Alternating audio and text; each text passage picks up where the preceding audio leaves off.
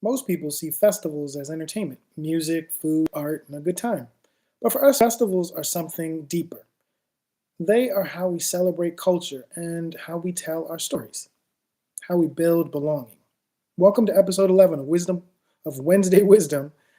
Uh, uh, I'm your host, Mazi Mutafa, and today we're talking about the power of culture and why we, as Words Beats in Life, do festivals for the culture. Over the next 35 to 40 minutes, I'll share what I've learned from a decade of producing festivals with Words Beats in Life staff, partners, and community members. We'll explore how cultural events become platforms for connection, healing, and creative expression, and how they can turn a moment of celebration into a movement of community, pride, and self determination. If you ever wondered what makes a festival more than a stage, or how to create experiences that honor the people they're built for, this episode is for you. Before we dive in, subscribe, like, and share with someone who believes in doing things for the culture.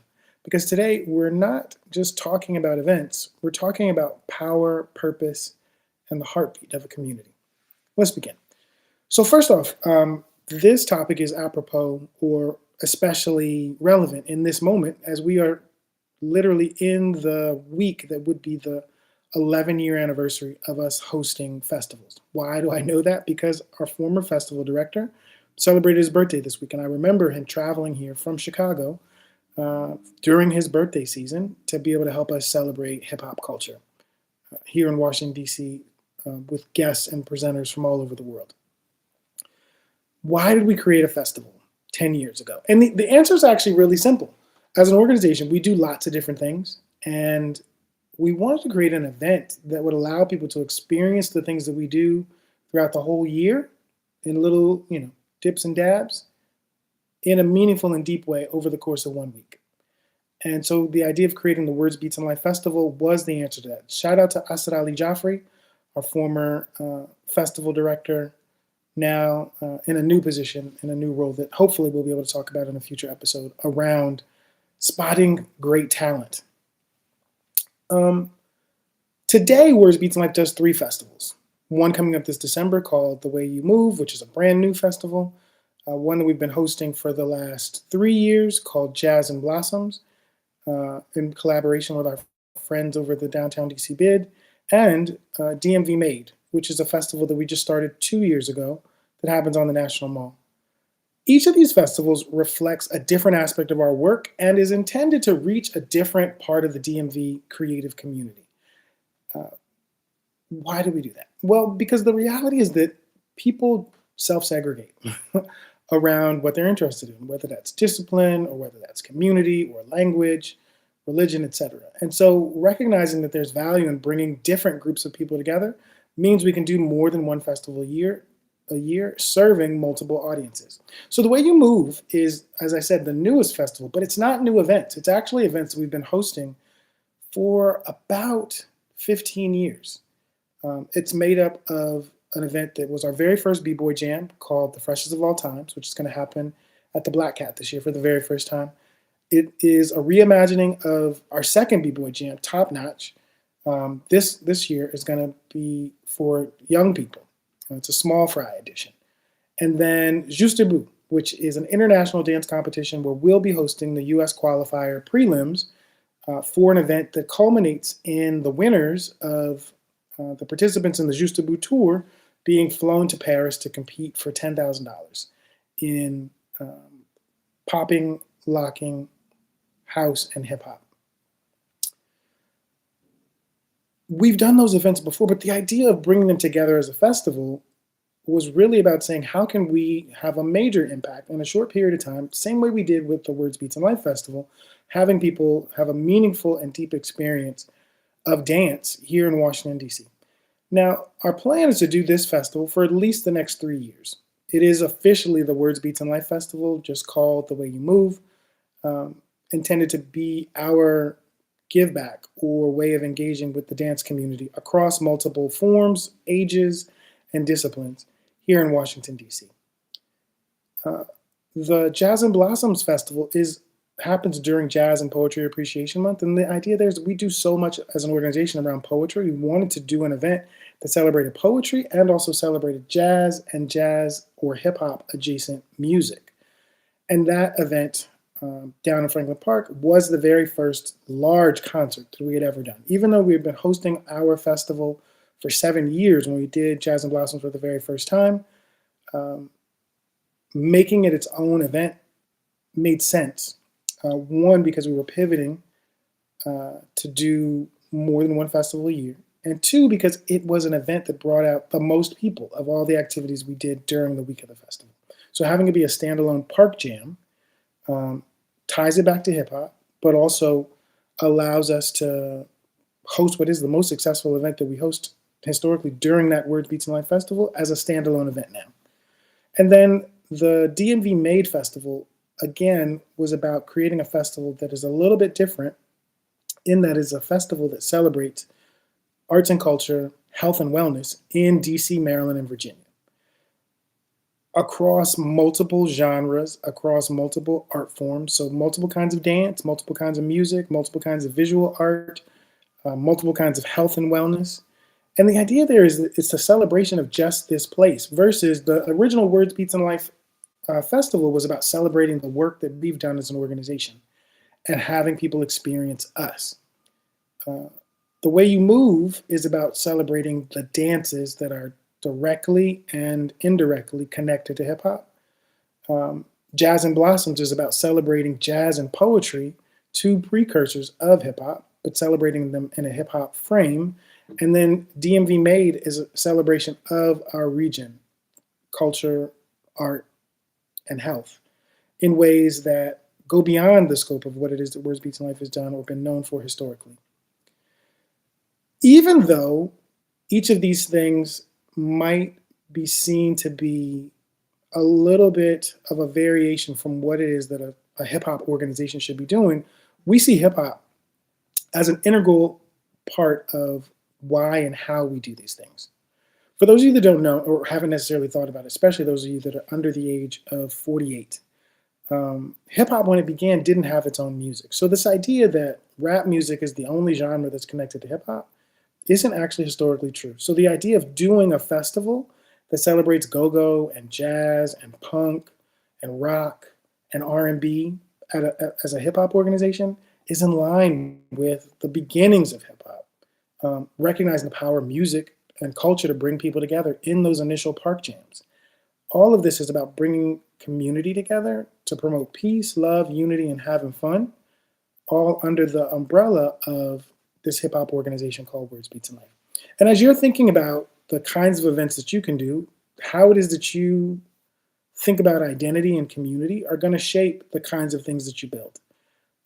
I personally have an expansive view of hip hop, an expansive view of who the hip hop community is, and how it is that people can participate in it. So I work to build things with my team and partners and sponsors that reflect that expansive view of who it is we're trying to reach and to what end.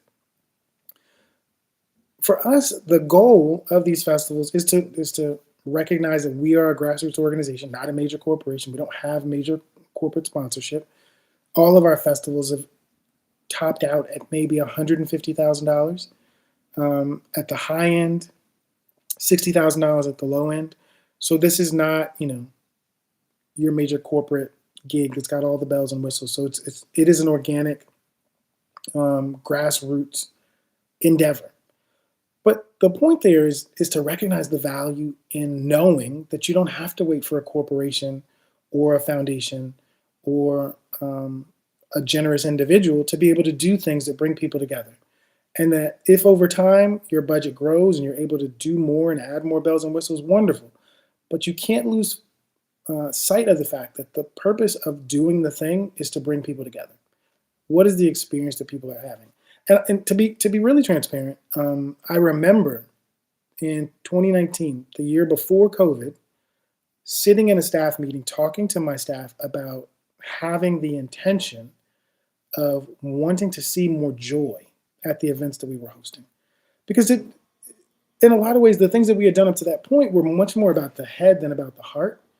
And we made a real intentional pivot to say, as we move forward, we want to know that the things that we're doing promote joy, promote happiness, promote engagement and community in a way that's meaningful and transformational for the people that are participating.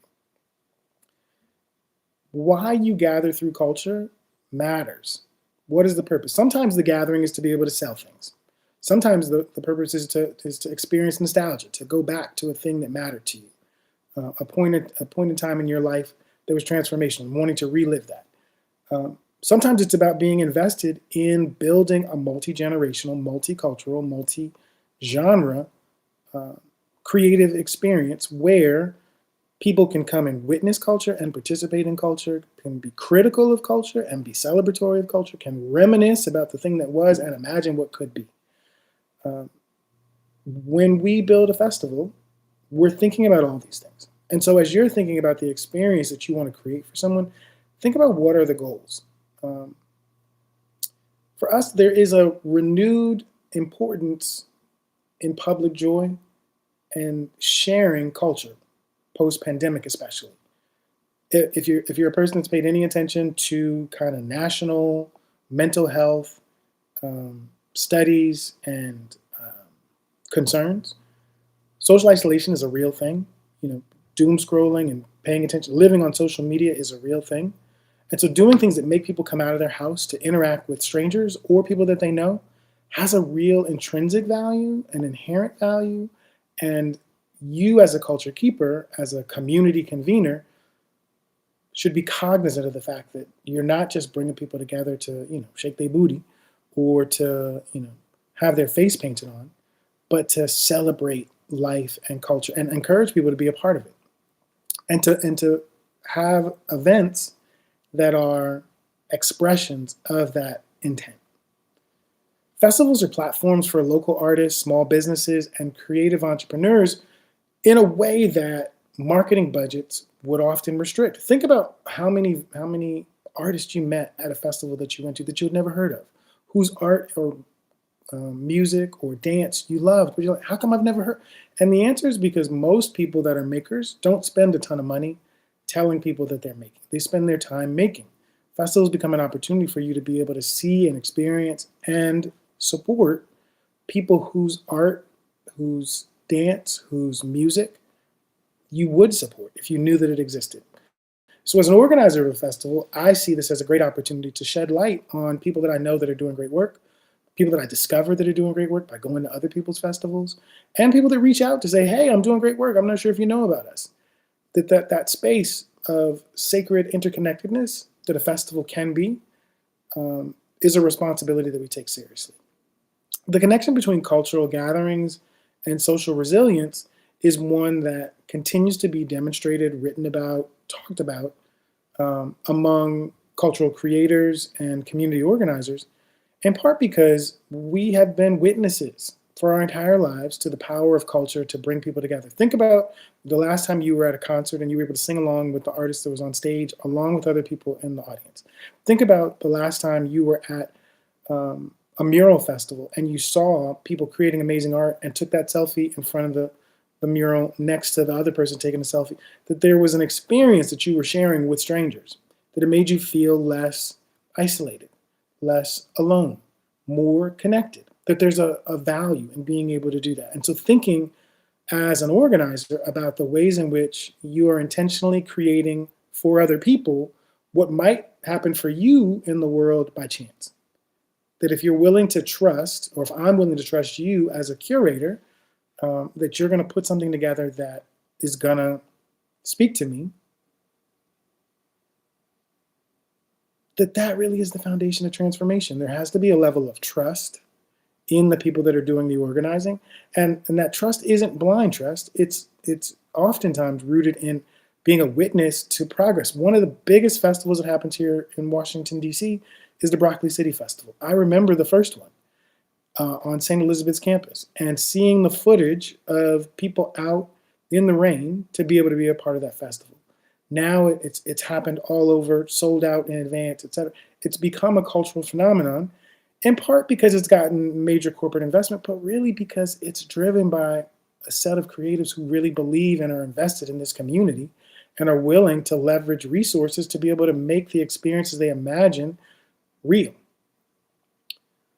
One of the things that we've worked to do over the course of the last 10 years is think through how it is that our 5 priorities can be manifest in the festival. So in the beginning, I said when we started 10 years ago, it was about, well, we do work with kids, or we make murals, or we host b-boy jams. And so the idea was to create a festival that in 5 to 7 days could let someone experience all that if they decided to come to the whole festival.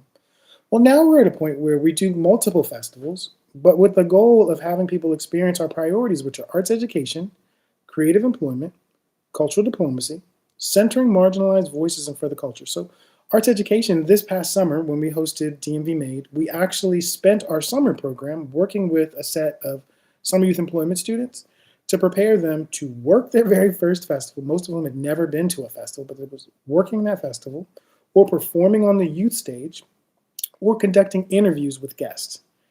These were ways that we taught young people about special event planning, customer engagement. We talked about performance and stage presence. We worked with them to be able to create visual art that could be put on display. All of that was about arts education. And the creative employment piece was for those that weren't necessarily prepared to perform or showcase, they could work the event. This idea that young people could be prepared to be the leaders of festivals in your city is a powerful idea. I am a 48-year-old man, and I've done a bunch of work in the last 23 years, 25 years, that I can teach and share. And so creating opportunities to be able to share that with the next generation, whether that is the 30-year-olds in my community, the 20-year-olds in my community, or the 17-year-olds in my community, is a priority for me as the leader of an organization and the now director of a festival.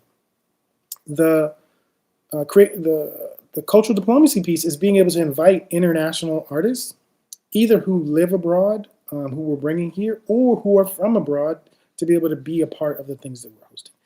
In the case of The Way You Move, the people, like I said earlier, the people that win Juste Debout will be able to travel to Paris.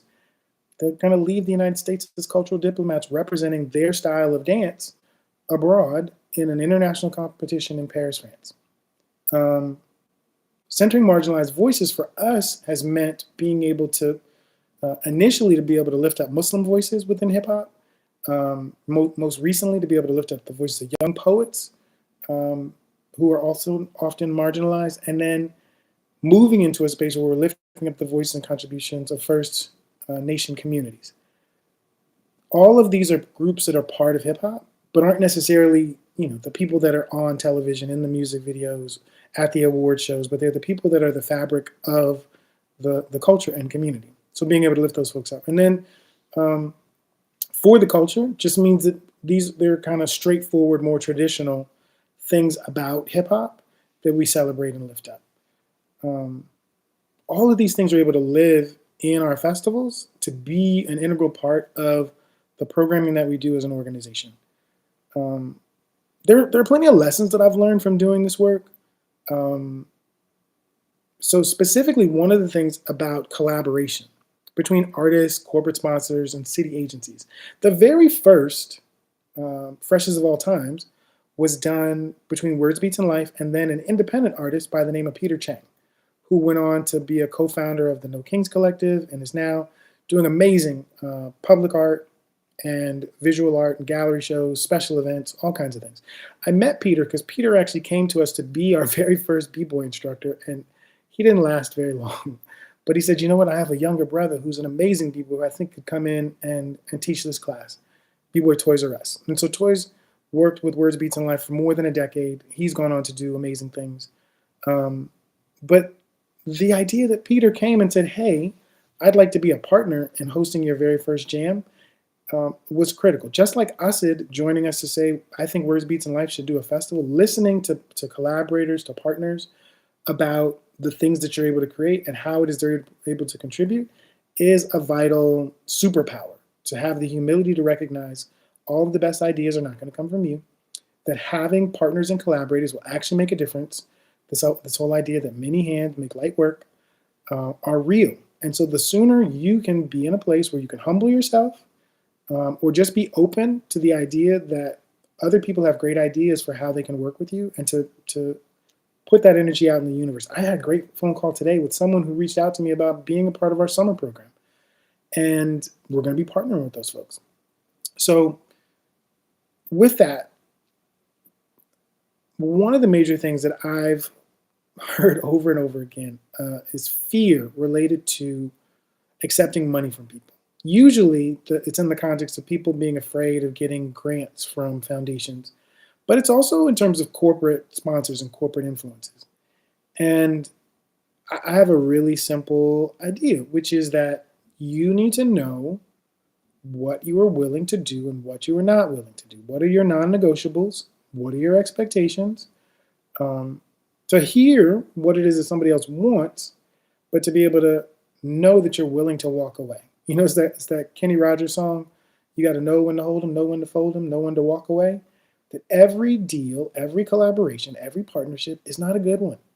Sometimes they come too early in terms of where you are in terms of formulating your vision. Sometimes they arrive too late because you've already gelled the idea and they wanted to have a role in shaping it. So recognizing the value of corporate sponsors can be dollars. It can also be amplification.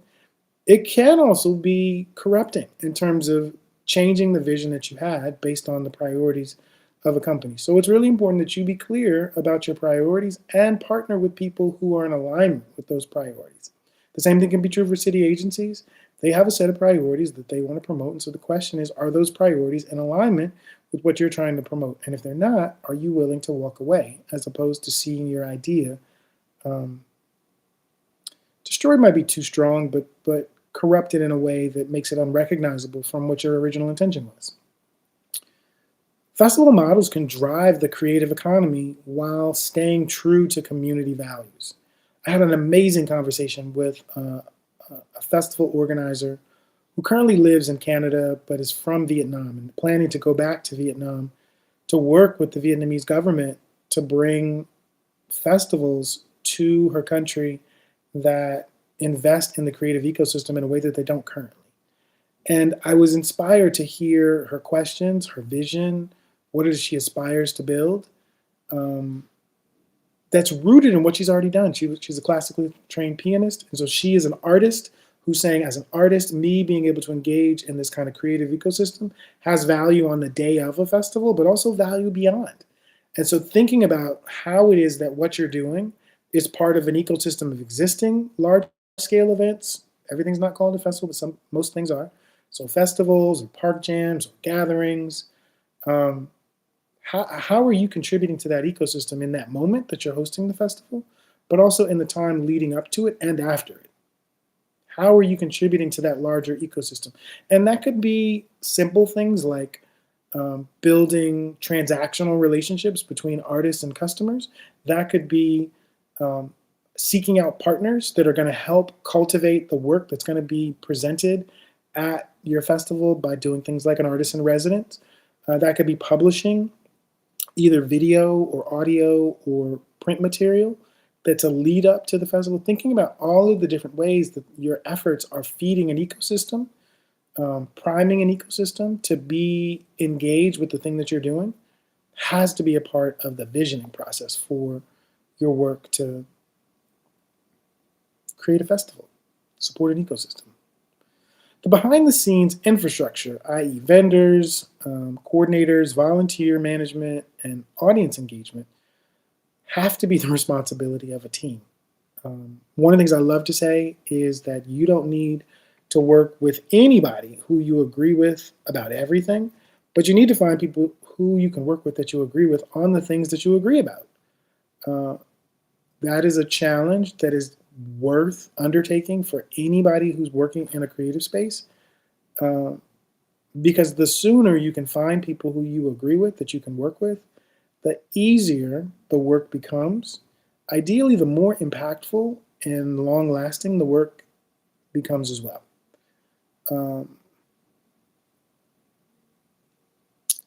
For us, the next phase is linking every festival to a year-round creative ecosystem. So the very thing that I'm talking about.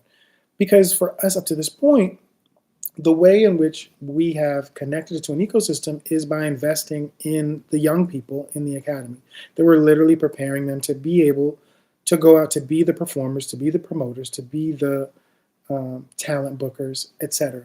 And thinking more deeply about how it is that we invest in young people, in young adults, and elders throughout the year so that the festival becomes a culminating event as opposed to a goal in and of itself.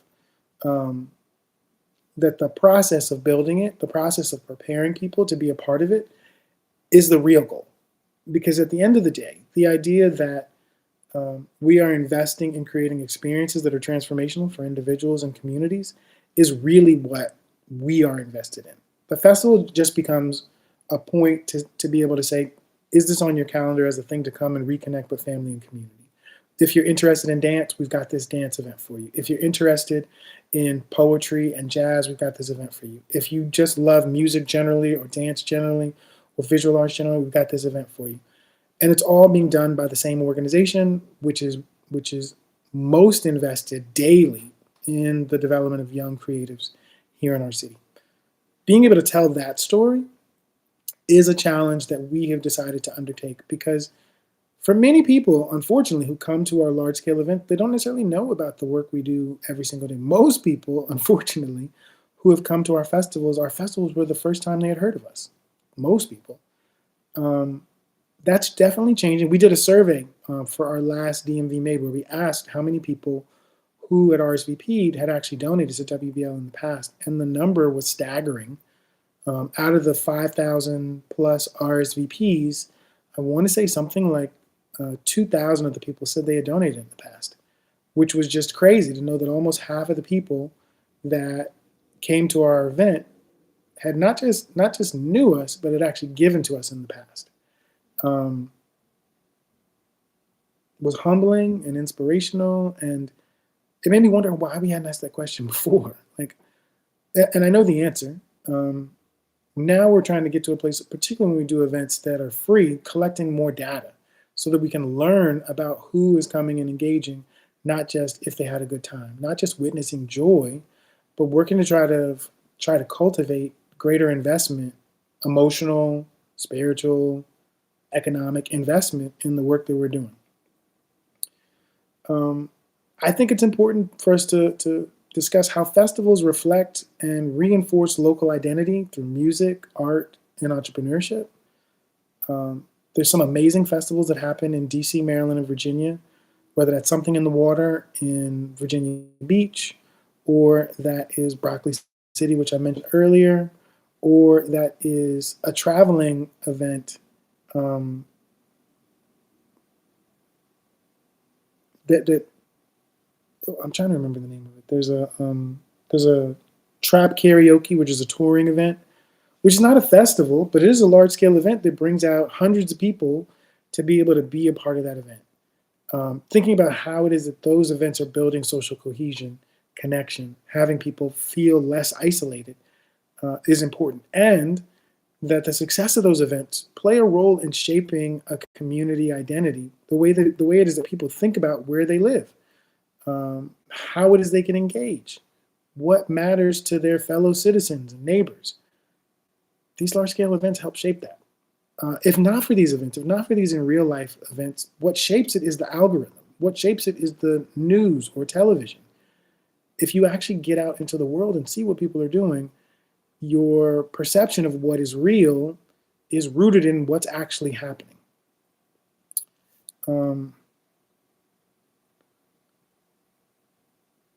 I've talked about this a little bit, but the way you move as a concept for a festival is really just rooted in this desire to connect these multiple dance communities. You know, Juste Debout, if you listen to Bruce, the founder of Juste Debout, he'll tell you that Juste Debout was started as a direct response to the popularity of breaking. Juste Debout means just standing. So it's styles of dance that you do upright as opposed to breaking often goes down onto the ground. And so in some ways, breaking is the most popular form of dance connected to hip hop. And he said, well, there's all these other dances too that should be celebrated and should be lifted up and should happen in a stadium, etc.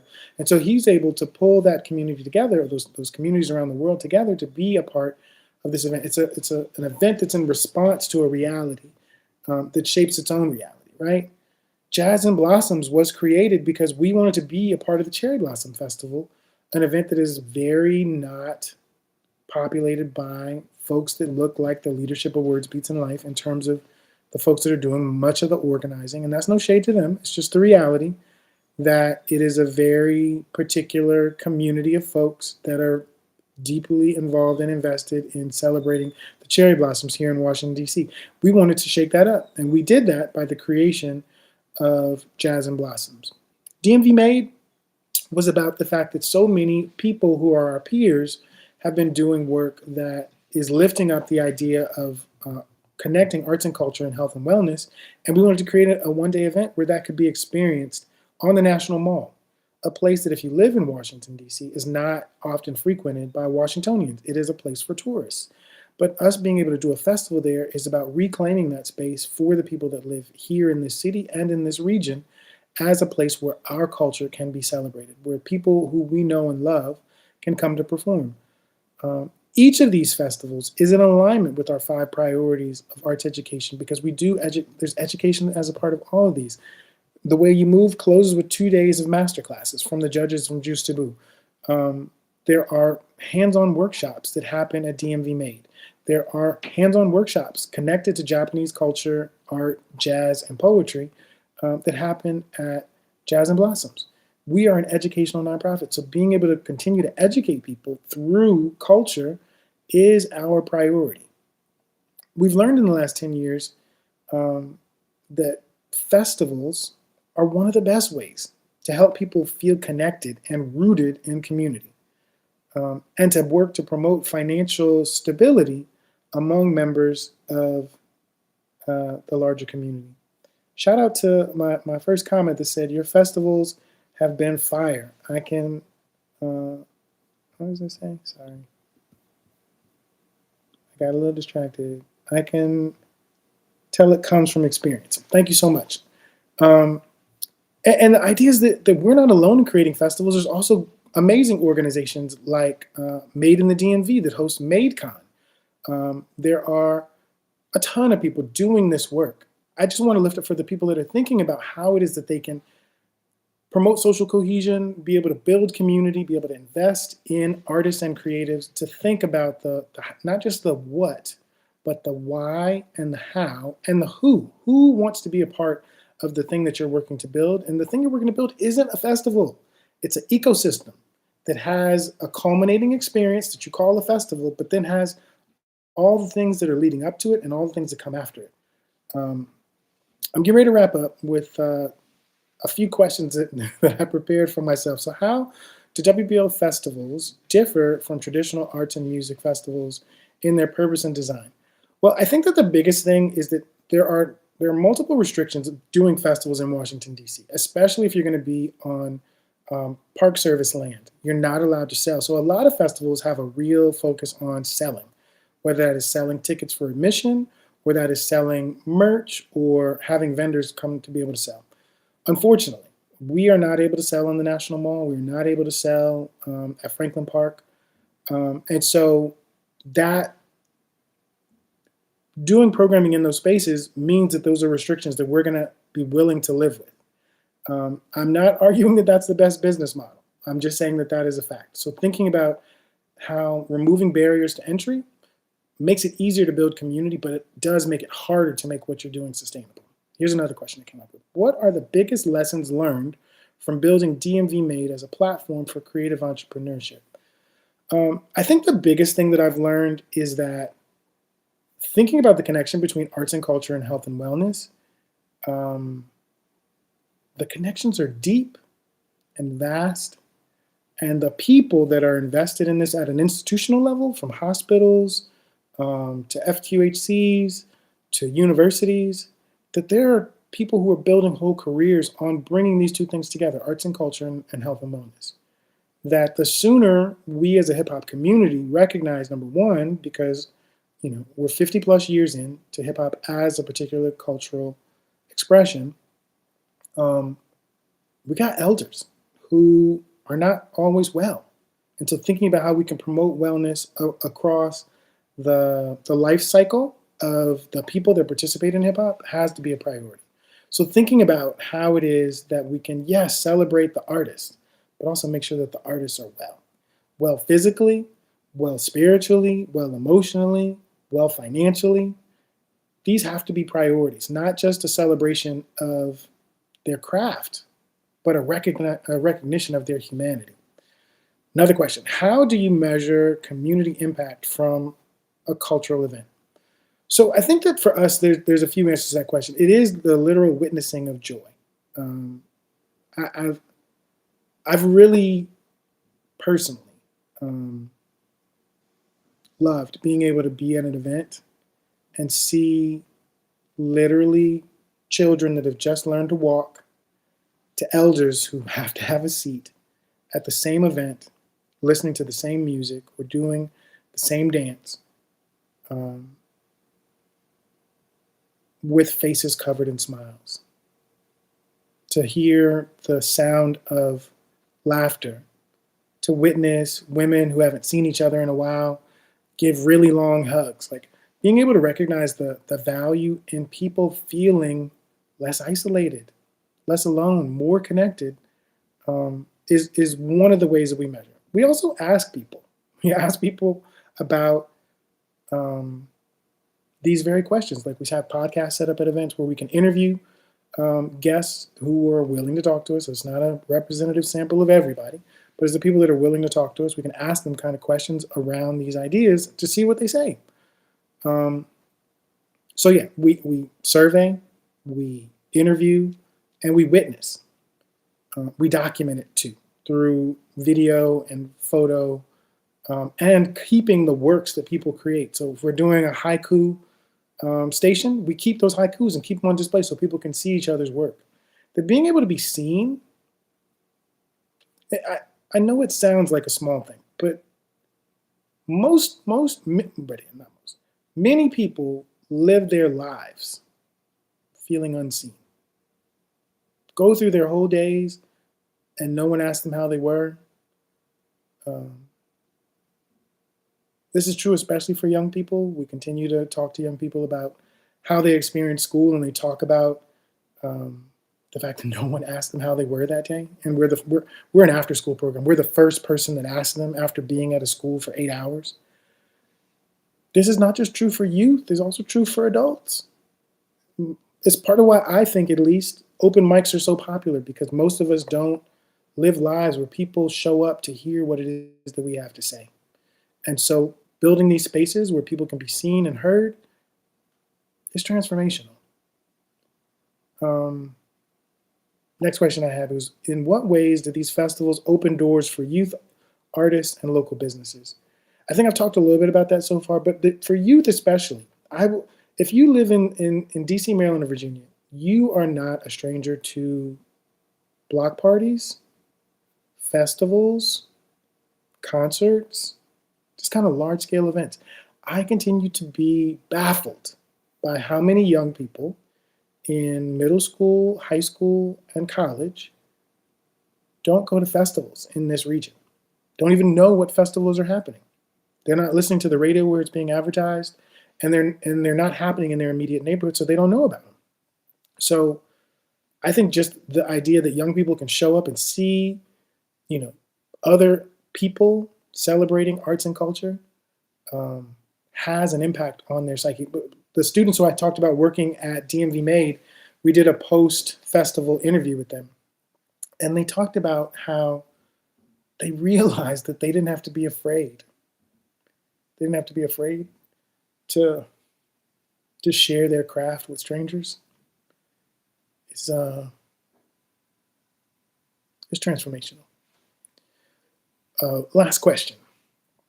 How can supporters and volunteers get involved in future festivals and events? Can I tell you, most people have no idea how easy it is to reach the people that organize things. Now, I'm going to tell you something else. Most people also have no idea how often artists contact organizers about events in the days and weeks leading up to it after you've already started marketing. If I'm already marketing, bro, that means I got my schedule. It means I don't have any more room for you. But why don't you come, meet people, see if this is a place that's worthy of your expression, meet the organizers and talk to them about the future here. If you want to volunteer, most people that organize large-scale events have a phone number. You can call and leave a message and ask someone to call you back. It's not rocket science. It's just really a question of what are you trying to get out of the collaboration. Is it you want to be put on the stage? There's usually a process for that. If you want to help manage the stage, there's usually a process for that. If you just want to know when it is so you can mark it on your calendar to make sure you're there next year, ask someone to put you on an email list to be able to save the date. But I just want to encourage you, there's lots of different ways to engage with these kind of large-scale events and recognize the value to your company, to you as an individual, and to your community. So hopefully this conversation was useful. Shout out to my friend who said, how do you document the long-term impact of a cultural event? I think that part of that answer is that you need to collect data. That data looks like surveys that you're able to send out to people that RSVP'd. It looks like being able to do in-person interviews with people. This is why I said now one of the things that we do is we have podcast machines set up and we ask people to come over to kind of self-report what it is that they're experiencing. But then I also think there's also the data of things like how much further is your marketing going? How many people are actually helping promote what it is that you're doing within their networks? And the best thing about social media, if you have company accounts, is it gives you that data. It lets you know how many new followers you have, how many shares you got, what was the reach of this particular post. One. Two, you look at things like media placements. How many people, based on where it is that you were interviewed, likely got to see what it is that you were doing. That's not necessarily documenting the long-term impact of culture, but it is documenting the long-term investment of larger media institutions in promoting the fact that you are advancing culture. These would be some of the things I would suggest. But I also think that, and the last thing, and I got this from listening to a friend of mine named Allison McNeil. She was interviewing the executive director of Wolf Trap.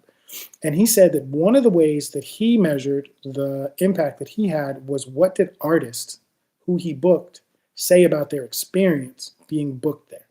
And he said that was super important to him because artists are often in demand and they can choose where it is they want to be. And so if they have a great experience with you, not only will they come back, potentially if you want them back, but two, they'll tell other artists, yo, Wolf Trap, that's a place to go. They've got beautiful facilities.